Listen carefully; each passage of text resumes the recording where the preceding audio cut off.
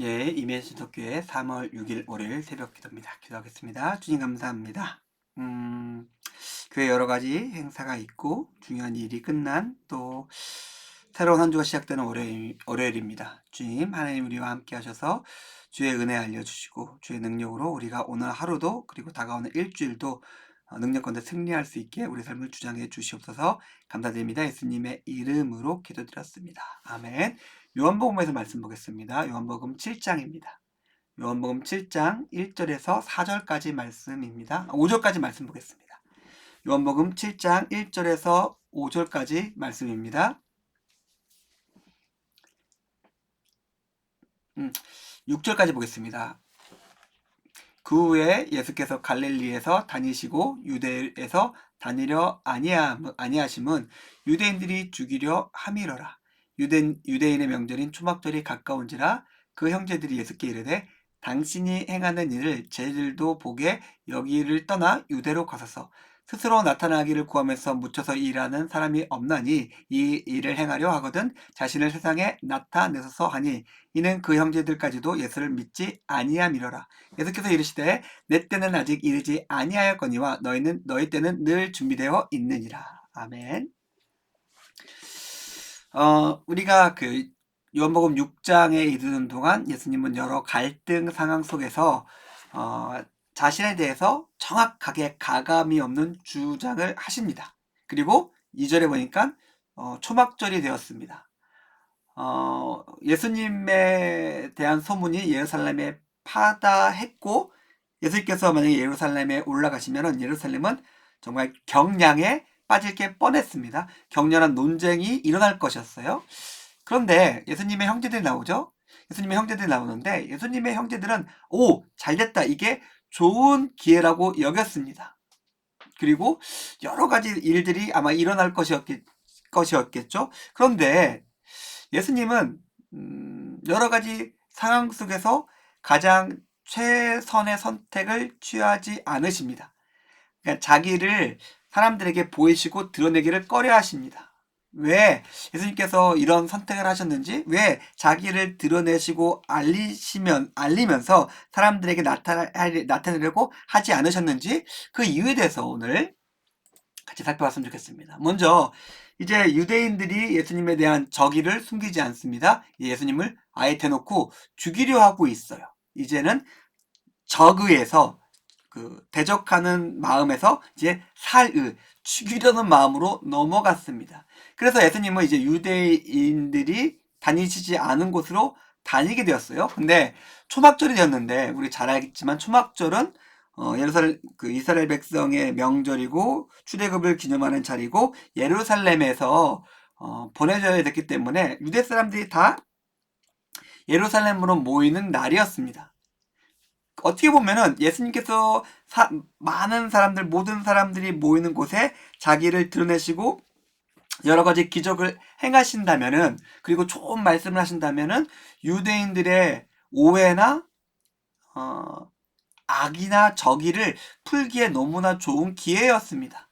그런데 예수님은 아셨던 것 같아요. 자기가 가서 기적을 보이시고 많은 사람을 먹이시고 고치신다고 하더라도 사람들이 자기를 미워하는 마음이 풀리지 않을 것이라고 생각하신 것처럼 보였습니다. 이것은 왜 그러냐면은 이들의 악한 마음이 어떤 예수님의 말이나 행동 때문이 아니었기 때문에 그렇습니다.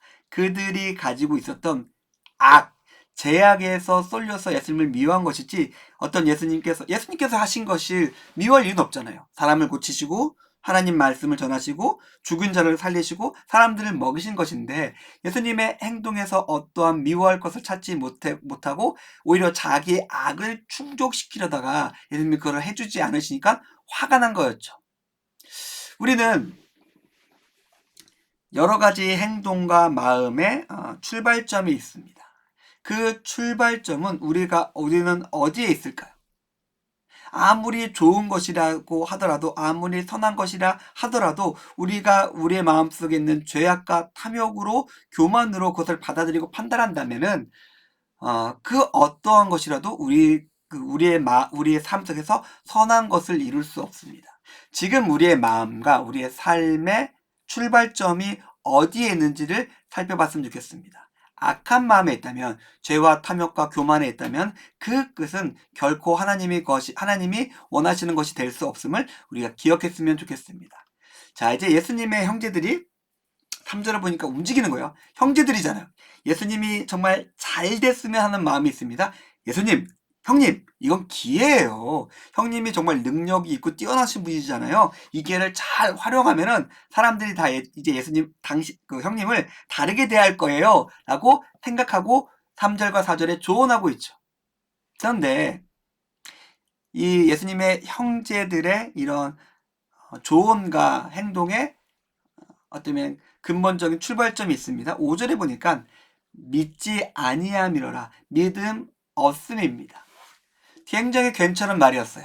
그렇게 된다면 정말 예수님께 좋은 것처럼 보일 수 있습니다. 그런데 믿음이 없다면 그 끝이 좋을 수 없습니다. 왜 그럴까요? 믿음이 없이는 하나님의 일을 볼 수 없다, 할 수 없다고 말씀하신 거 기억나시죠? 예수님의 말씀처럼 믿음이 없다면은 거기에는 하나님이 개입하실 여지가 없습니다. 아무리 좋고 선해 보이고 완벽해 보인다 하더라도 인간의 마음과 인간의 죄와 인간의 악이 개입할 어순간 뾰족 튀어나올 것이고 그 죄악 때문에 결국 망하게 될 것이기 때문에 그렇습니다. 물론 가끔 보면 인간적으로 좋은 결과가 있는 것처럼 보일 수 있죠.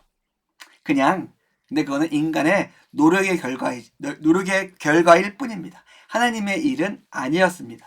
예수님은 온전히 하나님의 뜻으로, 하나님의 마음으로, 하나님의 도우심과 인도 가운데서 당신의 삶을 사셨습니다. 우리 또한 그래야 됩니다. 우리가 콩 심은 데 콩 나고 팥 심은 데 팥 나는 것처럼 우리가 믿음으로 뿌리면 믿음으로 걷게 됩니다. 우리 인간적인 노력을 뿌린다면은 그 인간적인 노력과 지혜와 환경에 따라서 인간적인 것만큼을 거둘 것입니다. 그러나 그런 인간적인 노력과 결과가 하나님께서 받으실 수 없다는 것을 우리가 기억했으면 좋겠습니다. 사랑하는 성도님들, 이제 하루의 삶을 시작하고자 합니다. 우리의 삶이 주 안에서 믿음으로 씨를 뿌리며 하나님과 동행하시면서 승리하시는 임해신성교회 교우님들의 오늘 하루의 삶이 되기를 주님의 이름으로 축원드립니다. 기도하겠습니다. 하나님 감사합니다. 오늘 말씀을 통해서 우리의 삶을 어디서 세워야 될지 생각해 보았습니다. 우리와 함께 하시고 우리의 삶을 통해서 영광 받아주시고 우리의 삶을 인도하여 주시옵소서. 감사드립니다. 예수님의 이름으로 기도드렸습니다. 아멘. 감사합니다.